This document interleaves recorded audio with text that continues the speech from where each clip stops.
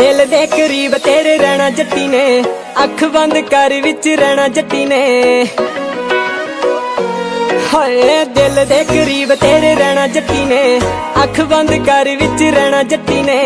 Cut के जा time कद बैठी मेरे कोले, सच जानी बाला कुछ कहना जट्टी ने। आ मुख ते स्माइल दी हजूर कर दूं, कल्ला कल्ला दुख थोड़ा दूर कर दूं। हाँ अखियां दे नाल देखी करूं ऐसा जादू के भी